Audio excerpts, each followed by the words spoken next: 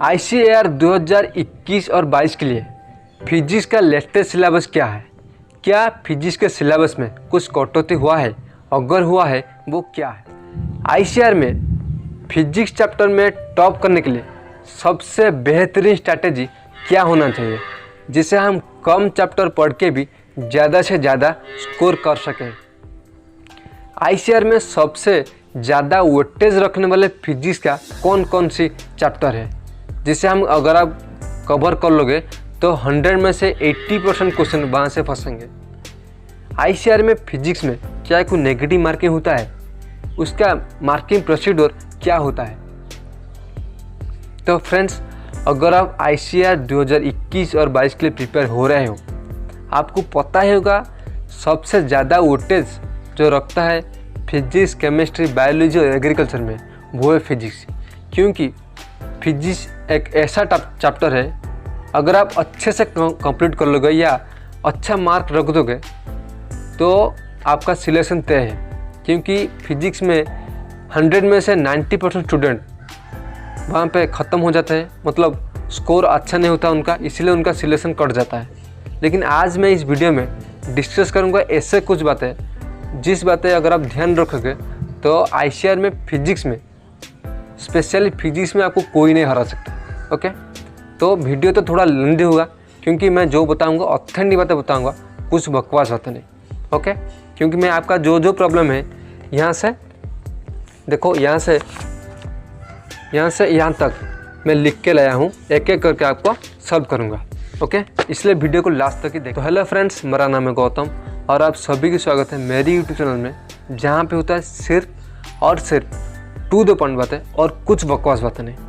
तो फ्रेंड्स, आज हम डिस्कस करेंगे ICAR 2021 और 22 के लिए फिजिक्स का सिलेबस क्या है, उसके रिलेटेड जो कुछ भी डाउट है मैं एक एक करके डिस्कस करूँगा, इसलिए वीडियो को अंत तक ही देखना।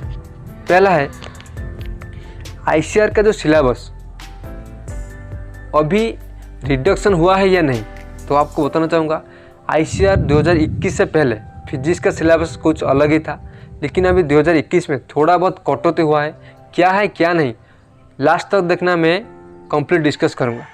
ओके, तो अभी मैं फास्ट डिस्कस करूँगा ICAR में सिलेबस, जल्द ही मैं कह लूँगा, आप एक एक करके नोट करोगे, उसके बाद ही मैं बेस्ट स्ट्रैटेजी जो आपको बताऊँगा और उसी चैप्टर को अगर आप पढ़ लोगे तो आपका 100 में से 80 क्वेश्चन आपका आराम से हो जाएगा।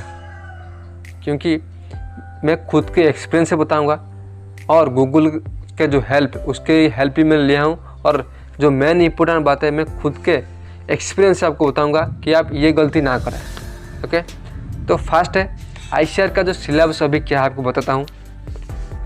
Physics, world and measurement, kinematics, laws of motion, work, energy and power, motion of system of particle and rigid body, gravitation, properties of bulk matter, thermodynamic, behaviour of perfect gas and kinetic theory, oscillation and waves, electrostatic, current, electricity, magnetic effect of current and magnetism, electromagnetic induction and AC, electromagnetic waves, optics, dual nature of matter and radiation, atom and nuclei, electronic device, उसके बाद communication system.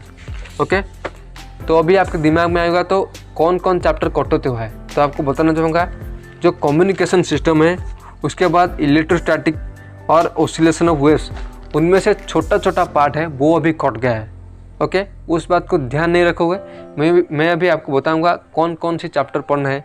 अगर आप उसी chapter को पढ़ लोगे तो आपका उद्धार हो जाएगा, 100 में से 80 क्वेश्चन वहाँ से आएगा। ओके, अभी हम डिस्कस करेंगे ICAR में जो टोटल मार्किंग फिजिक्स का कितना होता है और उसका प्रोसीड्योर क्या होता है। तो आपको बताना चाहूँगा ICAR में जो फिजिक्स का सिलेबस बहुत टफ है, मैंने खुद का एक्सपीरियंस है और मैंने रिसर्च करके आपको बता रहा हूँ। और ICAR में जो फिजिक्स का सिलेबस जो कंडक्टिंग एजेंसी वो जो एग्ज़ाम कराता है वो है NTA, नेशनल टेस्टिंग एजेंसी। उससे पहले मतलब 2019 से पहले कुछ अलग एजेंसी उस एग्ज़ाम को कंडक्ट कर रहा था, लेकिन 2019 के बाद NTA, national testing agency, ICAR के एग्ज़ाम को कंडक्ट कर रहा है, वो भी online mode, CBT, computer based test करता है। इसलिए आपको ध्यान रख के एग्ज़ाम देना है। जो मैंने गलती की थी आपको बताना चाहूँगा, ये गलती आप कभी भी ना करें। ICR जो फिजिक्स में 50 क्वेश्चन आता है, हर एक क्वेश्चन का वैल्यू होता है 4, मतलब 50 × 4 = 200। ओके, अगर आपके दिमाग में आ रहा होगा ICR के जो कुछ भी डाउट, प्लेलिस्ट में जाना, उसमें मैंने एक एक पॉइंट डिस्कस किया है। ICR का सिलेबस, क्वालिफिकेशन, वहाँ पे चेक कर लेना, आपके लिए स्पेशल बने हूँ। ओके, अभी हम टॉपिक पे आते हैं कि ICR में जो बहुत बड़ी गलती मैंने की है और बहुत ज़्यादा एस्पिरेंट करते हैं, वो है हम पहले बैठते हैं फिजिक्स को करने के लिए। अगर आप CBT based online mode exam देते हो, कभी भी फिजिक्स को फर्स्ट प्रायोरिटी मत देना। आपको पहले देना है बायोलॉजी।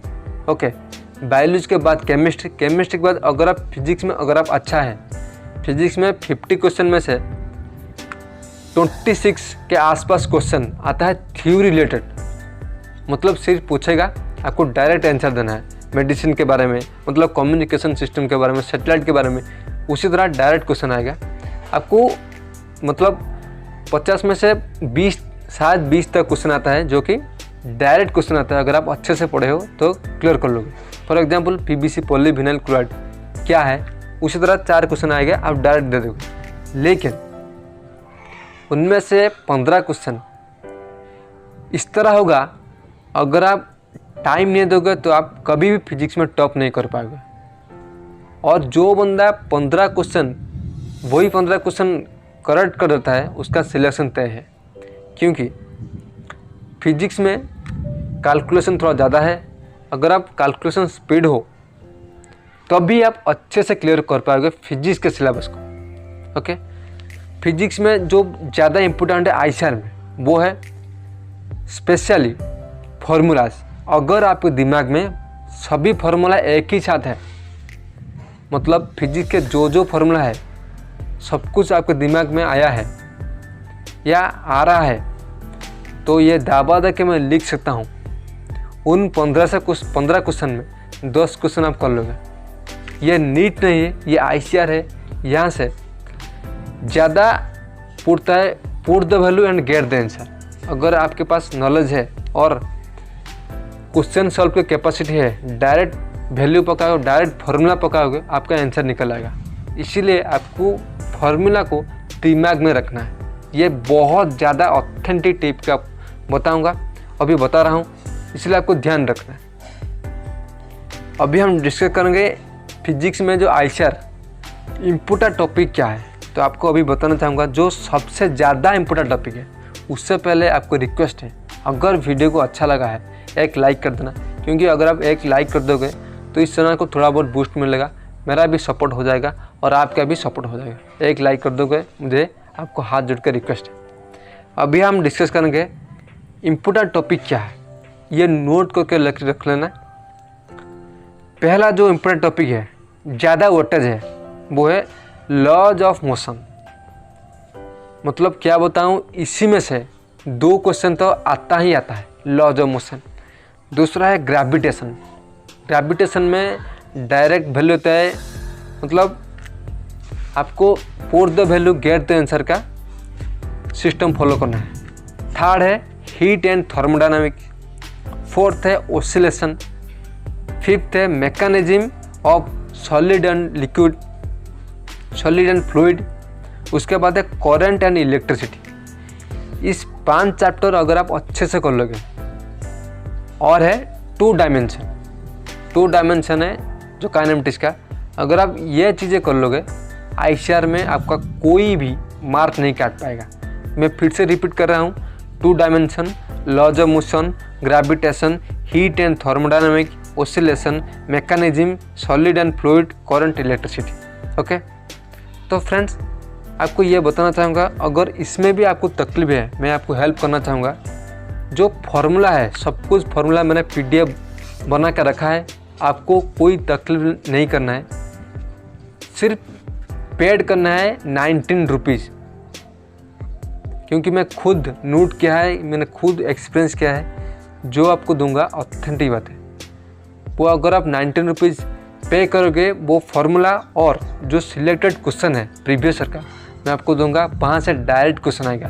मैं यहाँ पे कुछ सेल करने नहीं आया हूँ, मैं सिर्फ ये बताने आ रहा हूँ कि मैंने जो खुद एक्सपीरियंस किया है उसी के बेसिस से आपको ये हेल्प करना चाहता हूँ। ओके, तो फ्रेंड्स अगर फिर भी आपके दिमाग में कुछ भी डाउट है मुझे नीचे कमेंट कर देना।